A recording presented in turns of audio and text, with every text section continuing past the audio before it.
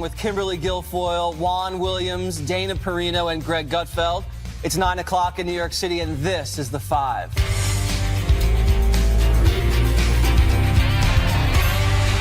Another big shakeup in the West Wing. President Trump's communications director, Anthony Scaramucci, is out less than 2 weeks after being hired for the job. This is retired General John Kelly took command as the new White House chief of staff. Press Secretary Sarah Sanders explains why the change was made. Look, the president certainly felt that Anthony's comments were inappropriate for a person in that position, and he didn't want to burden General Kelly also with that line of succession. And take a look at how the broadcast news networks covered Scaramucci's firing tonight. The staff bloodletting at the White House claimed Anthony Scaramucci today ousted this afternoon after a stormy 6 days on the job. It was one of the fastest, crudest flameouts in West Wing history. Communications Director Anthony Scaramucci, known simply as the Mooch, forced out after just 11 days on the job. So far in the Trump presidency, there have been nearly half as many firings at the White House as in an average season of The Apprentice. Oh my God. Let's bring in Chief National Correspondent Ed Henry from outside the White House. So personally, I was sad to see the Mooch go. I thought he was bombastic, very loyal guy, very fun to cover, breathed a lot of life into the communication shop for a very short period of time. So there's two theories about what happened. Kelly comes in, he's disciplined, he's military brass, can't have anybody running wild to the press and saying these things didn't look good outside the chain of command, goodbye. And then there's other people that say this guy flew too close to the sun. He was kind of mini Trump, big ego, took up a lot of attention, didn't look good for the Trump brand, so people close to Trump said good night. How do you see it? The sense from my reporting tonight, Jesse, is that it's both, frankly. I mean, if you go back to his one and only briefing where he did that little kiss to the media at the end, Anthony Scaramucci said as an entrepreneur, he knew all about, incrementalism and that you don't want to say or do anything too outlandish. You just basically want the 3 yards in a cloud of dust and just keep gaining ground. That's not what he did. He did flame out. From the beginning, he was all in. Then the profanity-laced interview with the New Yorker, one thing after another just piled up. And the second part of this, what you mentioned about General Kelly, this was served up to him on a platter. Yeah. What better way for General Kelly on day one, hour one practically this morning, to say there's a new sheriff here, we're turning the page. Scaramucci basically, with all of the annex and all of the rest, made it actually quite easy for the new chief of staff to say, here's somebody I can throw aside. And if, some of the other folks inside the White House, Ivanka Trump, Jared Kushner, and others, they wanted to see Reince Priebus go. So for them, Anthony Scaramucci took care of business, if you will, got Priebus out, got Sean Spicer out, and now you have General Kelly, hopefully for, if you're Jared Kushner and Ivanka Trump, hopefully starting a whole new chapter for their father and father-in-law. Man, maybe this was all an elaborate plan to bring in Scaramucci and bounce Not Reince. that it was planned, but yeah. Anyway, we're going to go around the table. Kimberly Guilfoyle. Yeah, so I was listening to the press conference earlier with Sarah Sanders and then the press release. And there was also a statement earlier, I know Dave Bossie was on with Tucker, about next steps and whether or not he's going to do any other position. Yeah, well, the press release was interesting. You're right, Kimberly, because it said that Anthony Scaramucci had gone to the new chief of staff, General Kelly, and said he wanted to offer him a clean slate so he could put his own team in place. That put it, sort of framed it as Scaramucci stepping aside and resigning, basically. When Sarah Huckabee Sanders came out, she made it sound a lot more like a firing, saying the president was offended by some of the language that Scaramucci used in that New Yorker interview, that maybe there was too much going on, and it sounded more like he was pushed out. And frankly, it was confusing about whether or not he's going to go back to the Export-Import Bank, which is where he was before he came in as communications director, because you're right, Sarah Sarah Huckabee Sanders said flatly he doesn't have a role in the administration right now, basically. So maybe the door is open after the dust settles for him to go back to the Export-Import Bank. But even if he does that, that's a whole lot different than the job he was boasting about 10 days ago when he said, I've got access to the Oval Office. I report directly to the president. I don't have to go through Reince Priebus. Things have changed, and they've changed dramatically. And now for someone who's very sad to see Scaramucci go, Juan Williams. Hey, Ed, I'm still not clear on the sequence of events. As I understand it, the president over the weekend, some people say, soured on Scaramucci and the profanity-laced tirade given to the New Yorker. But then I hear other people say, oh, no, it was the new chief of staff, Mr. Kelly, who said he has to go. What's the case? Well, I think the idea, and I'm glad you brought that up again. I mentioned it a moment ago with Kimberly that, the story going around from the White House is the president was offended by the profanity from Anthony Scaramucci. That has a lot of the president's critics tonight kind of rolling their eyes, saying, really, the president, locker room talk, he was offended by that? That sounds a bit more like cover. What was really going on here was General Kelly wanting to put his stamp as the new chief of staff on this White House. And with Anthony Scaramucci, he had a great opportunity to do that. And in fact, there are people close to Scaramucci suggesting over the weekend he was trying to get some sort of a vote of confidence from General Kelly, and it never came. And it's interesting that we got some pictures of Scaramucci in the Oval Office when the press got in about 9:30, 9:40 this morning after the new chief of staff was officially sworn in. He was in the Oval Office. Then about a half hour or so later, the president has a cabinet meeting. No sign of Scaramucci. So he was pushed out pretty quickly. Dana Perino. Well, I'm curious if you hear anything within the White House in terms of staff just feeling maybe a sense of relief that there is that the Marines have landed and there's going to be just some calming of the seas in the West Wing. Well, it's interesting because when you talk about calming, the president started the day with a tweet saying that with the stock market rising to a record level, with the southern border being secured, some of his accomplishments being laid out that he doesn't think the mainstream media is giving him credit for, he put out this tweet saying there's no chaos here at the White House, making it like, yes, General Kelly's coming in and it's all going to be tranquil. And then a couple hours later, yes, there's even more tumult. So, frankly, what I've been hearing from advisors to the president and some staffers around here is that they're hoping that General Kelly is turning the page and restoring some order here in the medium term. But in the short term, this with Scaramucci leaving so abruptly is yet another example why a lot of people in this administration are on edge, because they don't know how many more people General Kelly will bring in to put his own stamp on the White House and how many people will be moving out. So in the short term, there's a lot of uncertainty. Brace yourself, Ed. Greg has a question. Could be a statement. We're not sure. I have a hypothetical question. Do you know who... I don't answer hypotheticals. Well, I'll answer it then. Do you know who lasted longer than Scaramucci at the White House? Anyone who's ever taken the tour. I don't want to hammer him too hard. He may end up working here. I don't want to make it awkward in the men's room. But I don't think it's about restoring order at all. It's about establishing order. We haven't had any order. And maybe you can agree with me, because that's what I'd like you to do. I think this is a good thing. And the reason why I think it's a good thing is because all of these reporters, Jesse included and Juan, are sad to see him go for purely the entertainment value, that he will always be giving these gaffes. He's an endless fountain of craziness. So it is a good thing to deprive the media of this opportunity for gaffes.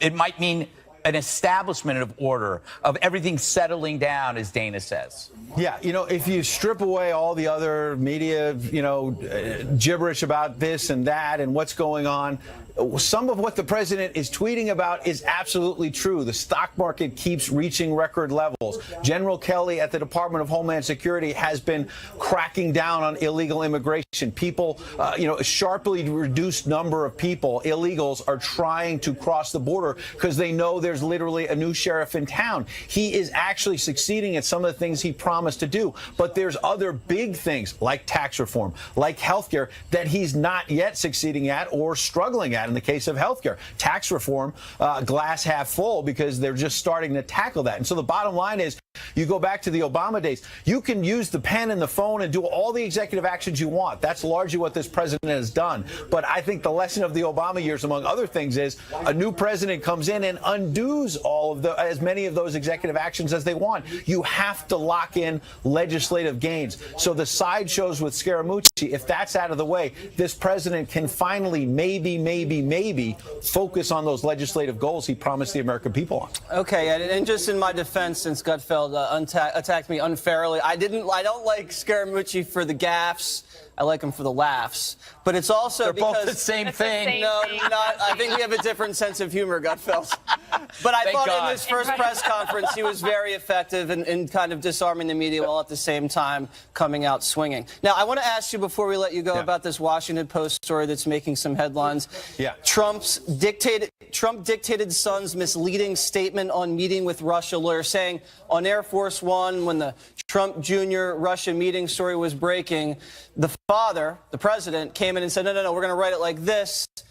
They say it's misleading and it's not very well sourced, so I'm wondering what your take on this is. Well, some of this is probably hyped because the New York Times had already reported that on the way back from the G20 summit, the president and some aides were on Air Force One crafting that statement, had a direct role in what Donald Trump Jr. was going to say to the New York Times when that story first broke about the Trump Tower meeting in the summer of 2016. What is new tonight from the Washington Post is they're saying it wasn't just the president and his aides on Air Force One crafting a statement. They're claiming from their sources that it was the president himself sort of ripping up the statement, almost disavowing the advice from his advisors to be more transparent and get all the details out there. And instead, the president, they're claiming, the Washington Post tonight, directed this himself and put out a misleading statement that said this was about Russian adoption. It wasn't about the campaign. And as we all know now, new details kept dribbling out after that. So bottom line tonight, that's something that a lot of people are going to be hyperventilating about overnight. There's no crime, though, in a misleading statement that's put out. The question for the president is going to be, wait a second, is this part of a larger pattern of firing James Comey and doing other things that made it at least look like he didn't want the truth to come out, the facts to come out on Russia? Of course, the president would reject that narrative, but that's the case the Washington Post is trying to make tonight. I can tell you, I just spoke a moment ago with one of the president's top advisors outside the White House who told me after reading this Washington Post story, this advisor said this is a problem because it's making it look like the president directed the misleading statement and was more involved in it than we knew before. A lot more facts are going to come out, as we've seen with other stories. So there's just screaming headlines at night. The next day, sometimes other facts come out that make it sound a lot less innocuous. But tonight, I can tell you, talking to one of the president's advisors, they're a little concerned about this one. And we don't know what happened because no one was there on Air Force One. But if it's true, I don't know if it's true, but if it is true, someone within President Trump's inner circle on Air Force One is leaking to the Washington Post, and that's a big part problem. of the whole Scaramucci thing was, okay, now the leaks are going to stop, and then now all of a sudden this comes out. And think about what you just said, Jesse. I'm not picking on you, but this is the frustration of the Trump White House.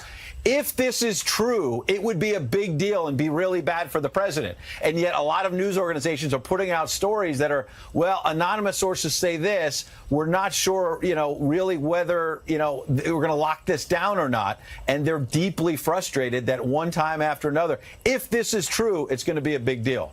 They insist it's not true. Thanks very much. Yeah. As President Trump praises his new chief of staff, one Democratic lawmaker is condemning the pick. Her stunning remarks when we return.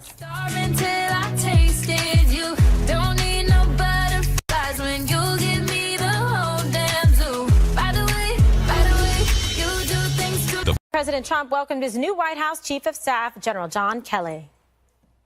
We just swore in General Kelly. He will do a spectacular job, I have no doubt, as chief of staff. What he's done in terms of homeland security is record-shattering. You look at the border, you look at the tremendous results we've had, and you look at the spirit. But not everyone is pleased with the president's pick. When the news of Kelly's new role broke on Friday, Democratic Congresswoman Barbara Lee slammed the president's choice, tweeting, "By putting General John Kelly in charge, President Trump is militarizing the White House and putting our executive branch in the hands of an extremist." And yesterday, Lee defended her remarks. What I'm talking about is his tenure as Homeland Security Secretary and the very extreme policies of promoting family dislocation, deportation of innocent men and women and children, breaking up families, promoting a Muslim ban, promoting a wall between the United States and Mexico. Those are extreme policies.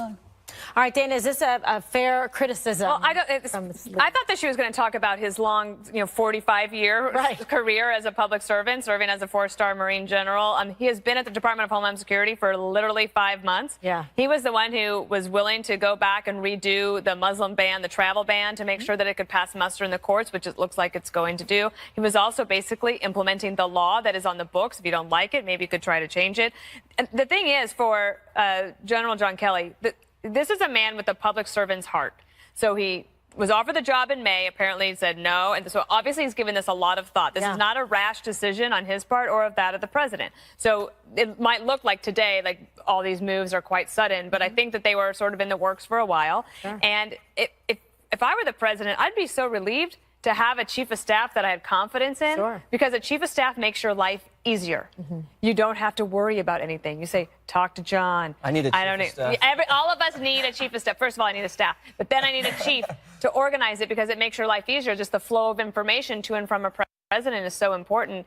And I think that they should just dismiss her comments altogether. Right. Irrelevant. Okay, so Jesse, General Kelly coming in has an excellent reputation, and from all reports, the president was very happy with the job that he was doing at the Department of Homeland Security. And as Dana said, the reports are that this has been something that the president has been contemplating for some time in terms of making change at the chief of staff level. Yeah, what's so extremist about supporting a border wall? Does Barbara Lee not have walls in her apartment? People can just waltz on in? I mean, what's so, like you said, extremist about supporting the travel ban? It was a 9-0 decision from the Supreme Court. Is Ruth Bader Ginsburg an extremist? Deporting innocent people, that's extremist? I guess MS-13 is some sort of choir group. Barbara Lee is the extremist, but she lives in Oakland, so she doesn't even realize it. Barbara Lee was the only member of Congress to vote against authorizing the use of force after 9/11. Barbara Lee has voted for creating a Department of Peace. Guess what, Lee? We have one. It's called the Department of Defense. Barbara Lee hangs out in Cuba. She hangs out with Black Panthers and other communists. She hangs out with Castro. She's totally out of her mind. And it's usually people that denigrate the military are the first ones that raise their hand and they need help when stuff hits the fan and they need the military to protect them. I would not trust Miss Lee in a foxhole. Okay. Probably doesn't want to be in one either. So, Greg, do you think it's fair to criticize somebody for serving their country and say that that somehow should be held against them because they've attained the rank that he has? I mean, they can do it, but it's stupid. It makes no sense. The disappointment is refreshing on a number of levels. One, this specific experience that he has goes against generations of infatuation with the self. We live in a society where all we care about is us. And so when we look at the military, they see something bigger than the self. And it's a natural antidote to these decades of identity politics, which she has embraced. Sure. That's why she doesn't understand the military, because it's completely antithetical to identity politics. Military says you're joining this one thing. Identity politics says we're divisive. So what disappointment already has done is it's rejected and highlighted milophobia. Fear of the military. Wow. And it's been around forever, banning the ROTC on campus. For decades, the military has been vilified as something evil while defending the very same people who are calling them evil. And if you got to ask yourself, too, because we've been hearing about the word militarization forever when we're talking about... and about the police. People say it, too, yeah. What is... The militarization is cast as a negative trait here. But if you look at what is militarizing, discipline, order, manners, bravery, the ability to defend yourself, the people you love, the people around you who cannot defend themselves. If that is militarization, every damn arena in this country should be militarized. We should be taking those values and inculcating them in everywhere. Think about it. Would you rather have it campus-ilization or politicization? No, you want militarization because it's the only values that really work. No, not at all. In fact, I was waiting for that. We have a civilian society, civilian leadership that exists because of the military. The chief is elected, not the generals. So you see here is a situation where, you get the General Kelly coming in. You also have General McMaster's in there. You have Mattis, obviously, as defense secretary. And you get all these military people that Donald Trump seems to be very impressed with. But the question is, why? I mean, are we turning the whole country over to an authoritarian figure who then says, oh, you better believe in the military. The military is very popular. Just do what the military said. The military told me to do it. It's okay. I think this is not American in so many ways. Wait. You're saying it's not American to actually appoint somebody in the military? No, you did finish your point. No, I haven't. And let me just tell you something. I think the world of the military, but I don't think the military should be in charge of running the government. That's the difference here. They're not. They're not. And by the way, nobody said that she was critical of Kelly for his military service. Just called him an extremist. No, what she said was deporting innocents. She said that when she breaking up families. that's CNN exactly. afterwards. No, this is what she said. Here is how she explained it: deporting innocents, breaking up families, a Muslim ban, and the wall. So he was essentially just following harsh. I get it. Oh, so you mean orders. He's following orders from a civilian? No, isn't that what your point was? He's following orders from a civilian in the Supreme Court. Oh, so how is that militarizing the government? So you think you just made your own point. You think it's extreme? No, you just made your own point. I have a follow-up question, Dana. Thank you. So, Dana, have you ever heard of this in the past in terms of where somebody would say perhaps someone due to the military service or being a general wouldn't be someone that would be suitable for a position like that? No, I don't think what Barbara Lee is saying, no. But I think what Juan is saying, yes, that there have been concerns starting with the founding fathers, right? So this goes back a long way. But I do think that there's some room here for some sensibility. I've also heard that the person that the president is looking to replace General Kelly with at DHS is not from the military, Tom Bossert, who has been working on Homeland Security issues for the president and worked in the previous administration, well, Bush administration as well. And what do you think about that pick? Great. Okay. Excellent. I would almost agree with some of what Juan said if Barbara Lee wasn't so anti-military before. It's not like it had nothing to do with the military. No, she's a peacenik. There's no question about that. And let me just say this about Kelly. He lost a son. Yes, exactly. And so, to me, I mean, you can't have a greater sacrifice. But that's, and he's also served not only honorably with exceptional capability in Afghanistan, but that's different than saying, oh, I want the military to run my government. He's not running the government. He's following orders from civilians. Well, let's see it. Hopefully he's going to do a very good job. All right, when we come back, the left continues with their anti-Trump smears. Greg breaks down the latest false accusation next.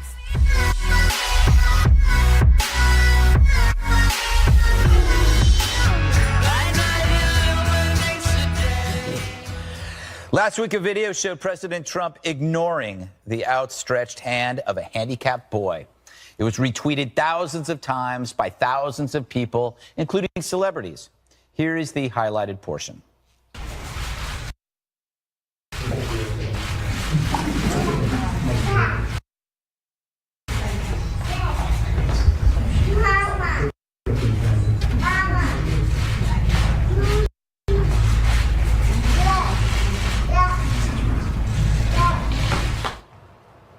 Now, when I looked at it, I knew it was off. I mean, who ignores a handicapped kid?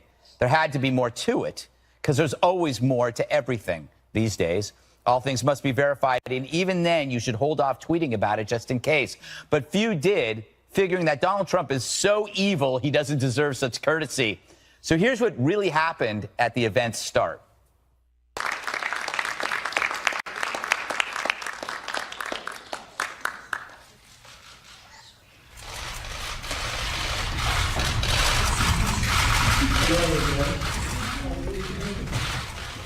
Isn't that amazing? Talk about fake news and the kind you could easily check. So who really benefits from this kind of attack? I think it's the president. The more you demonize him, the more it guarantees him greater sympathy. America will trust him more while trusting the media, academia, people on Twitter, and celebrities less. And it raises a few questions. Why is it always the left that does this stuff? Whether it's MSNBC editing footage to hide the race of a black man with a rifle at a town hall, remember that? Or Katie Couric's doctored gun documentary. They're always employing tricks to create truth. It's like they can't depend on the facts, which leads to a final point. If Donald Trump is so evil, why would you need to make up evil stuff about him? The stuff should be there right in front of you. But maybe you realize in quieter moments, he may not be as bad as you think. Perish the thought. If you hate somebody so much, Dana, you're more likely to believe in anything bad about them and suspend your skepticism. You could see it on Friday when these tweets started coming out, and they were getting all the celebrities follow each other. Yeah. So then it becomes like a groupthink exercise. And I agree with you that when you first look at that, you say, "There's no way. There has to be more." And so, and in this day and age, you just have to use your brain, hit pause. You don't have to tweet everything that you see. And it's almost as if you wait a day, or maybe sometimes even a couple of hours, the truth will come out. I felt bad for the president on this one. It was unfair to him.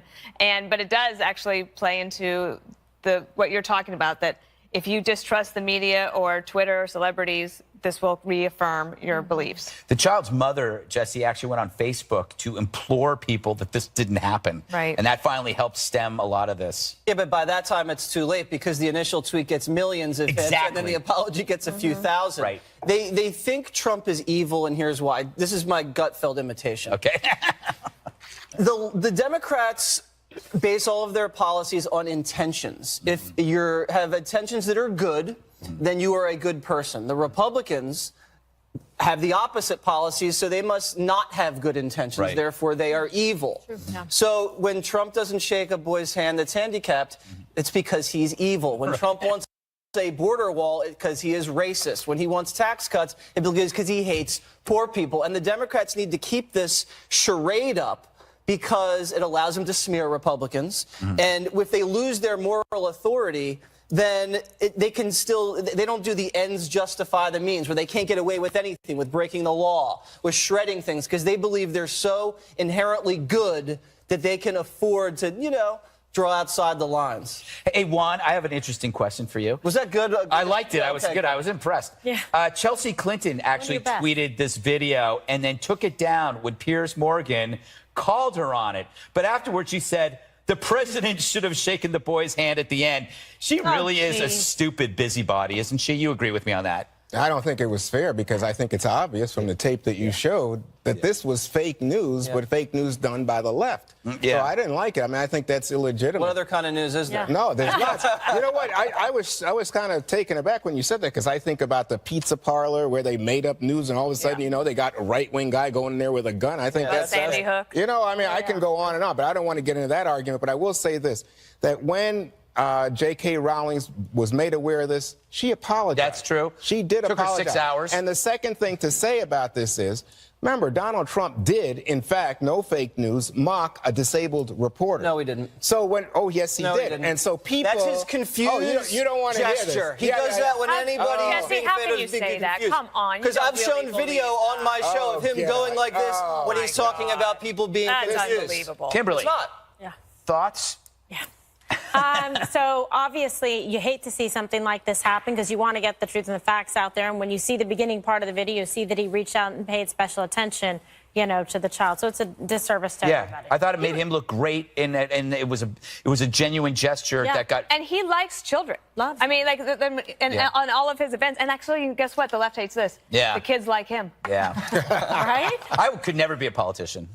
You can't kiss a like baby. kids? Can't kiss a baby. Remember the little Trump baby dressed up? Wait a minute. What if I wanted to kiss you? We're allowed to do that. He'd let you. Directly ahead. Some on the left are still analyzing the driving force behind Trump's election victory. Their revelations up next. About President Trump. Here's CNN's Fareed Zakaria on why he believes Trump won the election. A real sense of cultural alienation that older, white, non-college educated Americans have, the sense that their country is changing because of immigrants, because maybe blacks are rising up to a kind of central place in society, because of gays being accorded equal rights, because of, frankly, a lot of working women. Everybody is sort of muscling in on a territory that, if you think about it, the white working man had. And at a cabinet meeting this morning, President Trump says his administration's accomplishments are going unnoticed. We have the highest stock market in history. We have GDP on Friday, got very little mention, although I guess in the business areas it did. Unemployment is the lowest it's been in 17 years. Business enthusiasm is about as high as they've ever seen it. Yeah, unfortunately, the good news is usually not covered, and that is just kind of the way it is, so they have to get out there and talk about it. Let's, Greg, start with Fareed Zakaria. And basically, he's trying to give an explanation as to the bigotry that he thinks exists sort of underneath everything. The only time Fareed isn't wrong is when he's plagiarizing. Ooh. Because whenever he tries to employ an original thought, he's an absolute moron. What he just did was he just smeared an entire group of people, saying that the decisions that they made were based on hatred and racism. I would like to say that Fareed said that because he hates white people. He is a racist. He is a repulsive bigot, because you can always, what I'm doing is flipping, I'm just merely using his tactics. Why would Fareed say that? Clearly, he's a bigot. Because why did you vote for Trump? Because clearly you're a bigot. The problem with his logic is it could be used right back at him. There's nothing he can say about it because he's a repulsive bigot. So, Juan, this week, the Democrats had their own sort of research done, a focus group and a poll, and it showed that they are actually quite unpopular. And that it looks like if the election were held today, President Trump would win again, and that the House members look like the Republicans are kind of in pole position. So do you think comments like this help, or is this part of the problem? No, I think it's part of the cultural divide. I think everybody would acknowledge there's a huge cultural divide in America today, and I think it was reflected in the election. I mean, when Trump starts talking about the birther thing with Obama, about Mexicans, rapists, and murderers, about the Muslim ban, about Judge Curiel can't do his job because his parents were Mexican, I think that sends a real strong message to lots of people who feel like, hey, this guy was really appealing to folks who feel somehow displaced. There's too much demographic mix in the country. Yeah. And that's what Fareed is talking about. I don't think there's anything so radical about what he said more than that. Okay.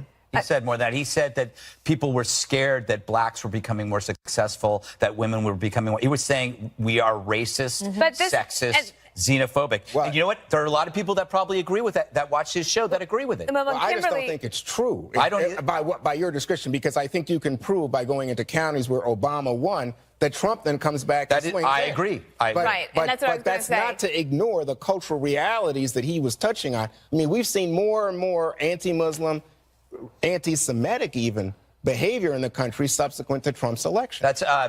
That's another segment, because I can dispute that. A lot of this stuff has turned out to be hoaxes, and we've covered that as well. Oh, I don't. Let's get Kimberly's take on it, because this is actually what Fareed said is actually not a new concept. I mean, this has been said over a while, but they continue to lose elections, and so maybe that is actually something they should curtail. Yeah, I think you're right. I mean, and I'm surprised to see him continuing in this way and in this vein, because it's not helpful, it's not working, and it does expose him. I agree with Greg that he's the argument can be flipped on him, that he is coming off as racist or bigoted or xenophobic, and I don't see what his goal and ultimate objective is, because I don't think the rhetoric is helping. And the way that he's framing this argument, I mean, certainly this is like conclusive proof that this has hurt the Democratic Party. And Jesse, you want to wrap us up? Yeah, I think racism is just another excuse like Russia to make sure Hillary doesn't accept responsibility for losing to Donald Trump. And I think Trump got more votes from Hispanics and blacks than Romney did. And like you just were saying, they had counties that flipped from Obama to Trump. Did they just become racist in the last couple of years? So I think Trump won not because of white voters, but because of people like Fareed Zakaria, who were so out of touch the last 8 years and said everything was going so great in the economy and everything was doing well, and they kept on talking about bathrooms and Occupy Wall Street, while the rest of the country was saying, hey, we're getting hammered over here. Yeah. What about us? Trump spoke to those people, and that's why he won. All right, next, President Trump wants lawmakers to continue with health care reform, but will Congress listen to his new ultimatum that he just gave out this morning? Details when we return.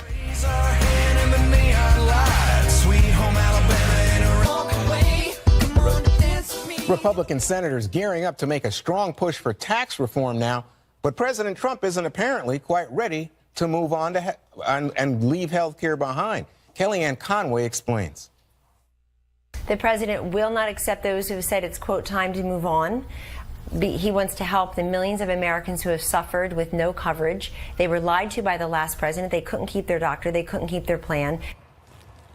So now we have a situation, Dana, where it looks like the party and the president once more out of sync. Well, and I don't know if they want to call for this, but Senator Lindsey Graham had a point on it earlier today where he had used some pretty colorful language. Can we toss to it?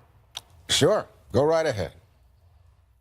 We should be politically horsewhipped if we don't try again. The best idea we haven't even brought up, take all the money under Obamacare and block grant it back to the states. That ends single payer health care. The government closest to the people is the best government. The health care closest to the people is the best health care. Okay, so I think that what President Trump, one of the reasons he won is because people were tired of this belief that Washington doesn't have to live under the same rules that they ask everybody else to live under. And in the health care bill, when Obamacare passed, they basically, the government, all the employees of the government have to get a plan, and the employer contribution, the government contribution, is like what a Fox News employee would get if they have insurance through their employer.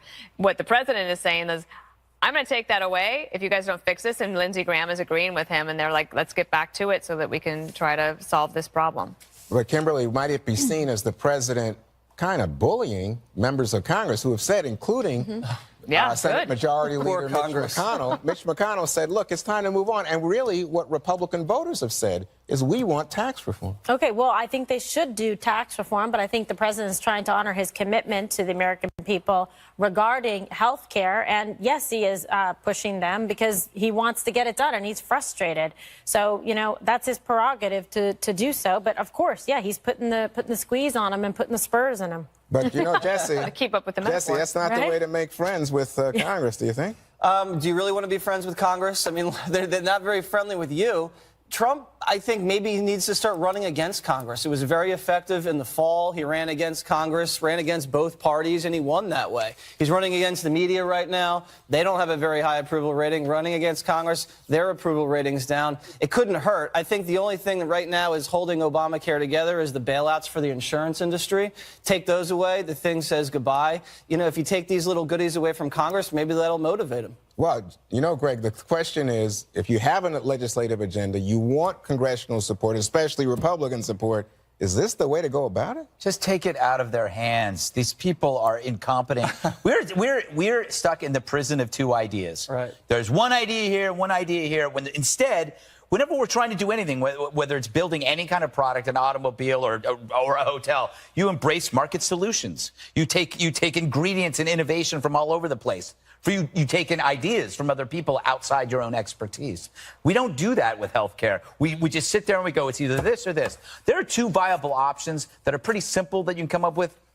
I pay for the small stuff, the government handles catastrophic. Or the government pays for the small stuff, and I pay for the insurance product for catastrophic. Those are two solutions that you could implement now if you took it out of the hands of the politicians and let people outside this industry or outside the government. And what Lindsey Graham's new bill with Bill Cassidy is basically says, let's take all the money that's there and just give it back to the states and let the states handle it. And that's quite a federalistic Well, I think the Republicans have a lot of egg on their face on this one. And I think they've looked at other ideas. They just haven't found one. That's eggist. One more thing. It's up next.